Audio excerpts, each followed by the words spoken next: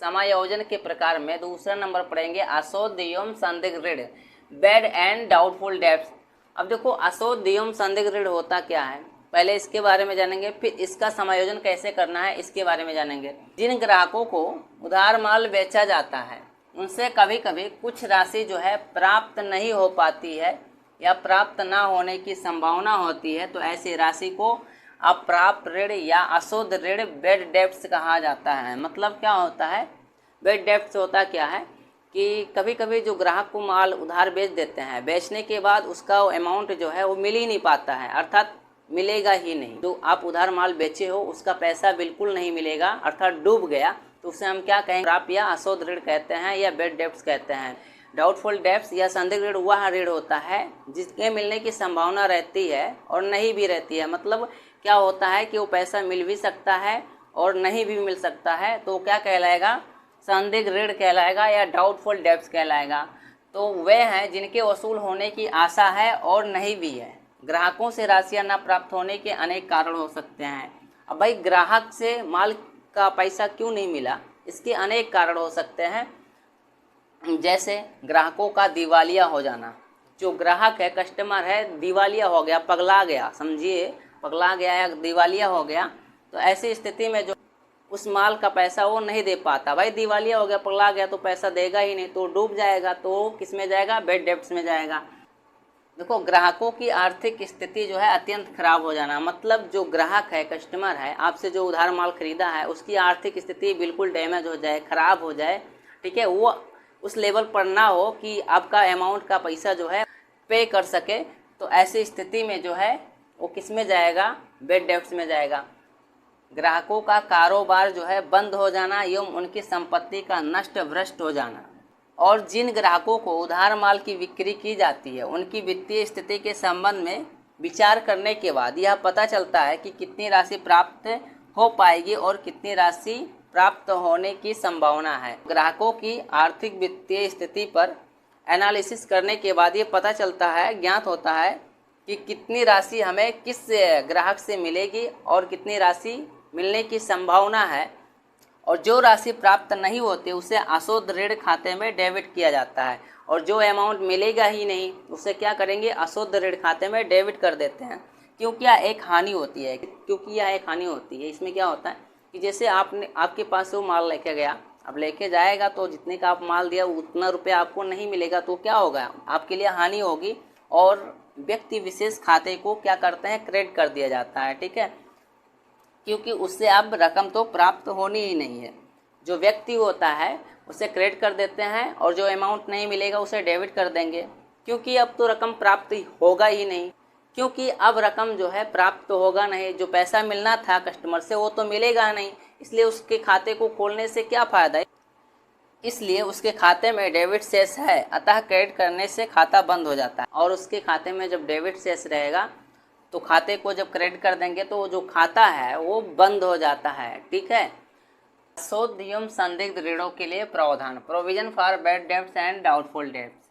अब देखो अशुद्ध एवं संदिग्ध ऋणों के लिए प्रावधान कैसे करेंगे। यदि क्वेश्चन में संचय बोलता है या प्रावधान बोलता है तो इसको लेकर आप कंफ्यूज मत होइएगा, क्योंकि संचय और प्रावधान एक ही होता है।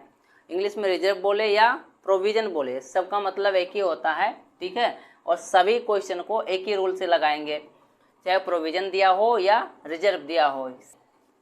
जिस राशि के प्राप्त ना होने की संभावना हो उसके लिए क्या करते हैं, प्रावधान खाता बनाते हैं, ठीक है। जो अमाउंट बिल्कुल प्राप्त ना हो उसके लिए क्या करते हैं, प्रावधान खाता, प्रोविजन अकाउंट बनाते हैं, जिसमें कि अनुमानित राशि लिखी जाती है। और इसमें एक अनुमानित राशि लिखी जाती है प्रोविजन अकाउंट में, और प्रत्येक वर्ष के अंत में देनदारों की राशि पर एक निश्चित प्रतिशत से अशुद्ध तथा संदिग्ध ऋणों के लिए प्रावधान किया जाता है।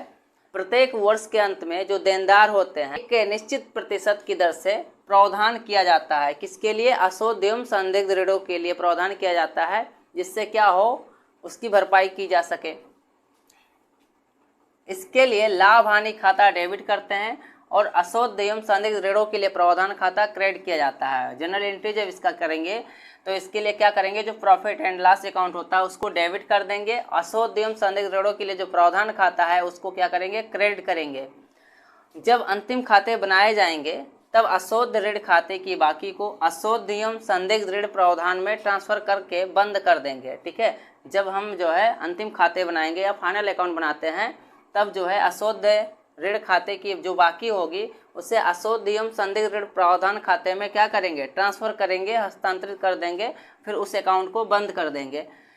उसे लाभ हानि खाते में ट्रांसफर नहीं करेंगे क्योंकि यह पिछले वर्ष से संबंधित एक हानि होती है, इसलिए जो है इसे हम लाभ हानि खाते में ट्रांसफर बिल्कुल नहीं करेंगे। यदि प्रावधान की राशि कम और अशोध ऋण की राशि अधिक है, ठीक है, यदि प्रावधान जो है यदि प्रावधान का अमाउंट कम और अशोध ऋण खाते के जो अमाउंट है वो अधिक है, तब अधिक वाली अशोध राशि लाभ हानि खाते में ट्रांसफर की जाएगी। तभी जो है जब अशोध ऋण वाले जो अमाउंट होगी, ठीक है, वो प्रोविजन की अमाउंट से अधिक होगी, तब उसे हम प्रॉफिट एंड लॉस अकाउंट में ट्रांसफर करेंगे, अन्यथा नहीं करेंगे।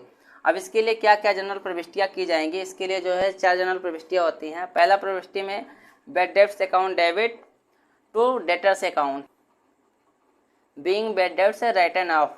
उसके बाद दूसरी एंट्री बनेगी profit and loss account debit to provision for bad debts and doubtful debts account, ठीक है, being provision for bad debts. तीसरी एंट्री बनेगी provision for bad debts and doubtful debts account debit कर देंगे to bad debts account being transfer bad debts to provision for bad debts account, ठीक है। चौथा entry बनेगा profit and loss account debit कर देंगे to bad debts and doubtful debts account. अब देखो अशोध ऋणों का वसूल होना, रिकवरी फॉर बैड डेब्ट्स, मतलब क्या होता है कि यदि अशोध ऋणों का रिकवरी हो रहा है तो व्यवसाय के लिए बहुत अच्छी बात है, क्योंकि जो अमाउंट हमें मिलना ही नहीं चाहिए तो वो अमाउंट हमारा रिकवर हो रहा है। तो ऐसी स्थिति में कैसे एंट्री करेंगे, तो जिस वर्ष ऐसी राशि वसूल की जाती है, ठीक है, जिस वर्ष ऐसी राशि अर्थात अशोध ऋणों की राशि वसूल की जाती है जिसे पहले अशोध ऋणों की तरह या बैड डेब्ट्स की तरह अपलिखित किया जा चुका था। मतलब क्या होता है कि जिसे हम पहले अशोध ऋणों की तरह अपलिखित कर चुके थे, राइट ऑफ कर चुके थे कि ये अमाउंट हमें बिल्कुल नहीं मिलेगा, जो एक व्यवसायी के लिए क्या होता है, हानि होता है। जो हमें आज मिल रहा है और वह अमाउंट आज जो है रिकवर हो रहा है, तो इसके लिए क्या करेंगे, संदिग्ध ऋण वसूली खाता जो है क्रेडिट कर देंगे, ठीक है, संदिग्ध ऋण वसूली खाता क्रेडिट करेंगे और रोकड़ या बैंक खाता को क्या करेंगे, डेबिट कर देंगे, ठीक है। अशोध ऋण की प्राप्ति की राशि को निम्नलिखित लेखे द्वारा लाभ हानि खाते में ट्रांसफर कर इस खाते को बंद कर दिया जाता है। और अशोध ऋण की जो प्राप्ति होती है उसको क्या करेंगे, लाभ हानि खाते में ट्रांसफर कर देंगे, फिर इस खाते को बंद कर देंगे। अब इसके लिए क्या एंट्री की जाएगी, तो पहला एंट्री हो जाएगा कैश अकाउंट को क्या करेंगे, डेबिट कर देंगे to bad debts recover account being bad debts recovered, ठीक है। और दूसरा एंट्री हो जाएगा bad debts recovered account debit to profit and loss account, ठीक है, being bad debts recovered transfer to P and account, मतलब प्रॉफिट एंड लॉस अकाउंट में उसको ट्रांसफर करके फिर इस खाते को बंद कर देते हैं। देनदारों पर कटौती के लिए प्रावधान, provision for discount on debtors. अब देखो कुछ लोग इसको क्या बोलते हैं, डेप्टर्स बोलते हैं, लेकिन डेप्टर्स नहीं होता है, वास्तव में वो डेटर्स होता है। इसमें जो है वी साइलेंट है, आप लोग जो है डेटर्स बोलिएगा, डेप्टर्स आप बिल्कुल नहीं कहिएगा। देनदारों पर कटौती के लिए प्रावधान क्यों किया जाता है, प्रोविजन क्यों किया जाता है, इसलिए प्रोविजन किया जाता है कि जिससे क्या करे, जो देनदार हैं जो बाकी अमाउंट होता है उसको वसूलने के लिए देनदारों के लिए डिस्काउंट का प्रोविजन किया जाता है, जिससे वो क्या करे, जल्दी से अमाउंट का भुगतान कर दें, अर्थात जो बाकी है उसका पेमेंट कर दें, ठीक है। जैसे 10 रुपया बाकी है तो उन्हें 1 रुपया डिस्काउंट दे दिया जाता है कि जैसे वो क्या करे, जल्दी से अमाउंट का पेमेंट कर दें। तो देनदारों से शीघ्र राशि वसूल करने के लिए इन्हें इनके द्वारा देय राशि पर कभी कभी डिस्काउंट दिया जाता है या कटौती दी जाती है, छूट दिया जाता है। मतलब देनदारों से क्या करें कि जल्दी से जल्दी जो पैसा है, रुपया है, वो वसूल कर लिया जाए जो बाकी है, ठीक है।